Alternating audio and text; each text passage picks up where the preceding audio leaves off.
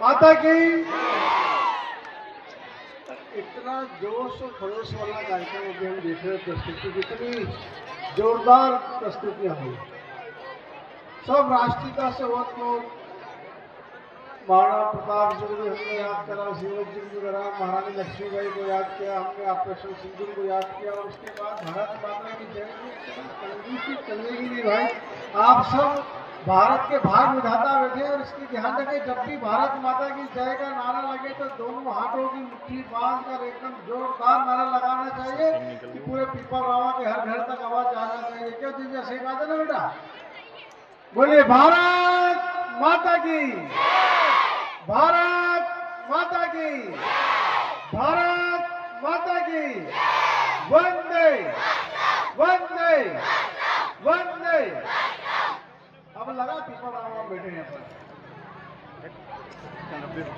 आज के गणतंत्र दिवस के 77वें राष्ट्र पर्व पर हमारे देश में उपस्थित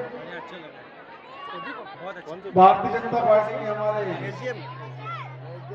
वरिष्ठ नेता सम्मानित पृथ्वीराज सिंह मिर्जापुर साहब, हमारे बहुत ही वरिष्ठ नेता, जनसंघ के समय से आज तक उन्होंने भारतीय जनता पार्टी के कार्यकर्ता का मार्गदर्शन किया, ऐसे सम्मानित रघु शंकर राठौर जी, महादेव प्रसाद नाहर जी, कविता शर्मा हमारी बहन नगर परिषद के अध्यक्ष, हमारी बहन भावना शेखर यादव जी, मदन सिंह धाकड़ जी, निरंजन सिंह शेखर जी, हमारे प्रदेश के हमारे जिले के उपाध्यक्ष महेश पाटीदार जी, हमारे किसान मोर्चे के प्रदेश मंत्री राजेंद्र नाहर जी, अरे सलीम भाई क्लब का तेज बनाने के नहीं चाहिए भाई, ये आम अच्छे नहीं, कोई झूठ नहीं होता है, कोई झूठ नहीं होता है, ये बात है।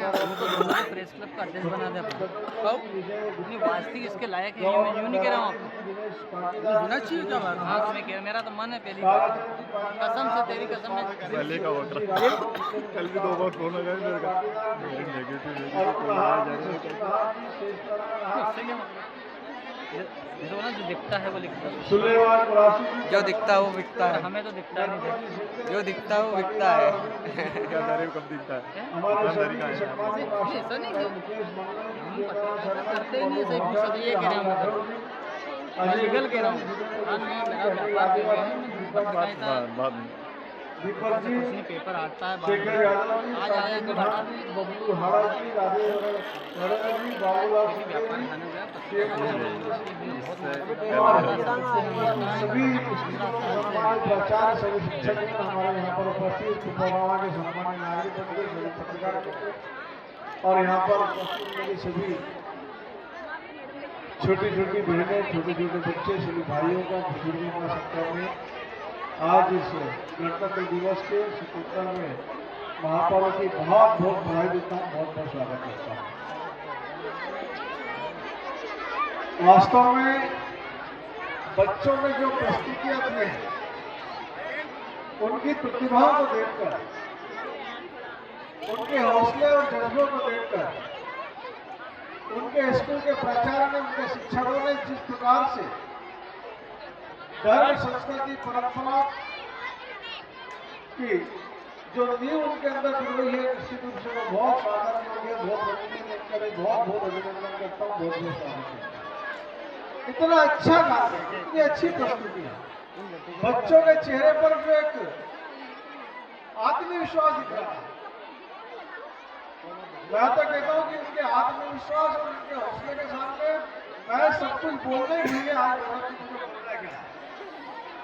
उन बच्चों ने इतना अच्छा, मैं तो सिर्फ उन बच्चों को इतना कहना चाहता हूँ, ज्ञान मंदिर में अच्छा बजट है, की प्रस्तुतियां मैंने यहाँ पर की, जो टैलेंट, जो प्रतिभा आपने यहाँ पर दिखाई है, इसको अपने जीवन का हुनर बनाओ, क्योंकि शिक्षा के साथ साथ हम भी उसमें से पढ़ के बढ़े।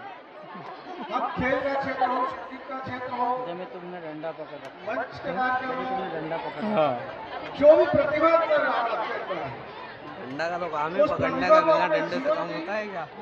सफलता की सीढ़ी बना लीजिए तो निश्चित रूप से आप टूट जाएगा मेरे पैर से। ऐसे कैसे तोड़ दोगे? हमारी रिकॉर्डिंग चल रही है यार। मैं अभी जब मंच पर बैठा था, ये पीपराव न्यूज़ कहाँ है? मेरे पास वो बेटी मेरी की अभी का इंस्टाग्राम, फेसबुक, अभी यूट्यूब, का कहाँ है? अभी पीपल का रामा साथ में न्यूज़। करेगा? पीपल रामा में W लिखना, वी में बहुत ये सारे के अभी चैनल का हैं, हमारी तो W लिखोगे तो आ जाएगा। 4th स्टैंडर्ड की बच्ची है, 4th क्लास की बच्ची। नाम स्कूल के नाम से। मेरे पास बेटी थी, वो पेज उसके हाथ में था, उसे एक बेटी ने पेज लगाया है, वो पेज खोल कर पीपल उसको रामा हाथ में न्यूज़। मैंने उससे पूछा कि पीपल रामा में पेज W किसने यहाँ लिखना, लगा था, उसको वी हाथ मत में लिखना, वी लिखना। लिखोगे तो पीपल रामा शहर वाले का निकलेगा। उसने बताया बोला अपने लिए जो पेज पे झंडा लगाया ना, ये उल्टा लगा। मोनो भैया की लड़की जो लगी है। 4th क्लास की बच्ची है। मैंने सबसे पहले मेरा पेज चेक किया, मेरे स्कूल में पूछा, फिर मैंने मंच पर साथ बैठे हुए हमारे साथ उस बच्ची से जब बात कर रहे थे, तो 4th क्लास की बच्ची अगर इतनी टैलेंट उसके अंदर है, अगर इतनी प्रतिभा है, तो मैं समझता हूँ कि पीपल रामा की बच्चों का भविष्य बहुत सुनहरी है। एक बार अमिता के लिए भी जोरदार तालियां बजाएं। मैंने उससे पूछा कि बेटा जब तुम उसको खोल के हाथ में जोड़ा, अगर एक लग गया तो बता नहीं देता। वो बोली नहीं, वो मेरे देश का झंडा उल्टा नहीं लगा होना चाहिए, इसलिए मैंने उसको खोला।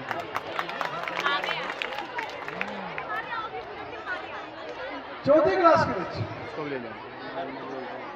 और जिस प्रकार से मैंने देखा यहाँ पर अभी कुछ स्कूल के बच्चे मेरे पास में आए, उन्होंने कहा कि हमारे स्कूल में हम लोग को संगीत में बड़ी रुचि है, हारमोनियम चाहिए, तबला चाहिए, साउंड चाहिए, इससे संबंधित हमारे लोग जितने भी बातें होते हैं, उनके अंदर जो आंखों में उनके जो मैंने देखा है आत्मविश्वास एक लेवल की।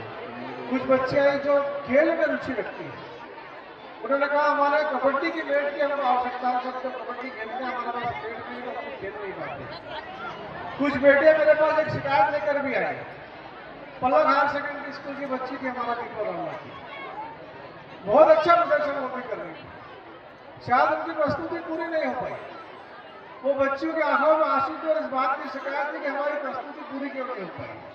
मैं उन बच्चियों से क्षमा चाहता हूँ, मुझे नहीं मालूम मैं किस कारण से प्रस्तुति पूरी नहीं हो पाई, लेकिन उन्होंने बहुत अच्छी जो कार्यक्रम है उसको यहाँ पर प्रस्तुत किया। मैं उनको भी बहुत बधाई देता हूँ, सभी बच्चों को भी बहुत बहुत शुभकामना देता हूँ, बधाई देता हूँ। समय बहुत ज़्यादा हो गया है, मैं ज़्यादा समय नहीं दूंगा, शायद अभी कुछ प्रस्तुतियाँ और बची हुई है, मुझे आगे के कार्यक्रमों में जाना है, इसलिए मैं क्षमा चाहते हुए आप सबको बहुत बहुत बधाई देता हूँ, बहुत बहुत शुभकामना देता हूँ, और इस विश्वास के साथ कि आप सब जितने भी बच्चे यहाँ पर बैठे हैं, जितने भी युवा यहाँ पर बैठे हैं, आप देश की भावी पीढ़ी है।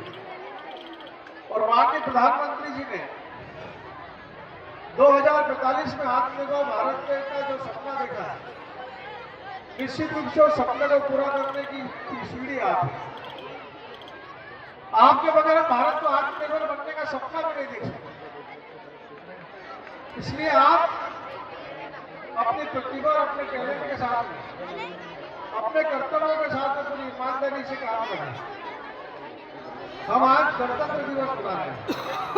गणतंत्र दिवस मतलब 1950 में देश की आज़ादी के बाद जब हमने गणतंत्र की हमारी स्थापना हुई थी,